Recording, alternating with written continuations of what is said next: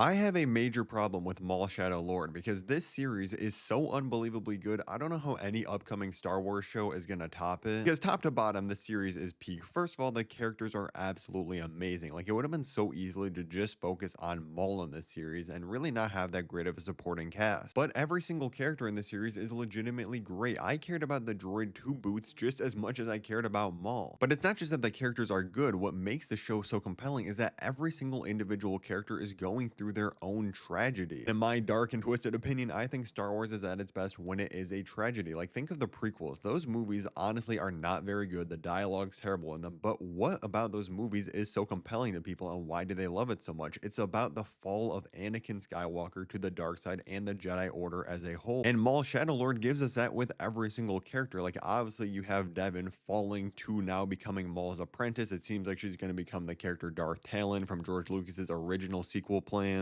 I mean, obviously she's going to be like a new version of the character. She's not going to have the Darth name, I assume, since Maul isn't even using the Darth name anymore. It's not just her. Like I said, every single character is going through this. Like, Daki is losing Devin to the dark side throughout this entire series, and he trusts inherently in the old Jedi ways, and he even trusts in Maul at the very end, even though he's still suspicious of him, and that is his undoing because Maul betrays him and pushes him into Vader. Like, was Daki gonna beat Vader anyways? No, obviously not, but he trusted in Maul, and he literally says, oh, we can beat him together, and he's betrayed by that. Maul himself is going through a tragedy. This entire character is always just being cast aside. He loses in the Phantom Menace. He's cast away by Palpatine. He's just replaced. He's been completely left behind and now prosecuted by the Empire. His underworld schemes are constantly getting foiled. He ends up losing all of his closest followers and friends and family. The show really just made the bridge between where we see him in the end of the Clone Wars and where we see him ultimately die in Rebels so compelling, because obviously a lot happened in that time period, and this has just been so incredible. But I also love how this series is, yes, making Maul very interesting and complex, even more so than he was before, but it's not forgetting that he is a bad guy and a villain at the end of the day. That was the biggest misstep with the Book of Boba Fett TV series. They took this guy that was infamous for being this bounty hunter, and they're like, let's just make him a best friend of everyone in the galaxy. Then, of course, you got Brander Lawson. He's like the perfect noir cop. I absolutely love this dude's character and how much he's just struggling with doing the right thing, or what he believes is right. At the same time, you can tell that this character's been through so much. Obviously, his relationship with his son is fractured. His ex-wife, he's literally just trying to avoid the Empire mainly because of her. At the same time, he does have that good gene in him where he knows what the Empire is doing is inherently wrong. I won't be mad if he did end up dying in the end of season 1, but I think since we gotta follow the Star Wars rule, if you don't see the body officially laying there dead, I don't think he actually did die. I think we're gonna see him coming back in some capacity in season 2.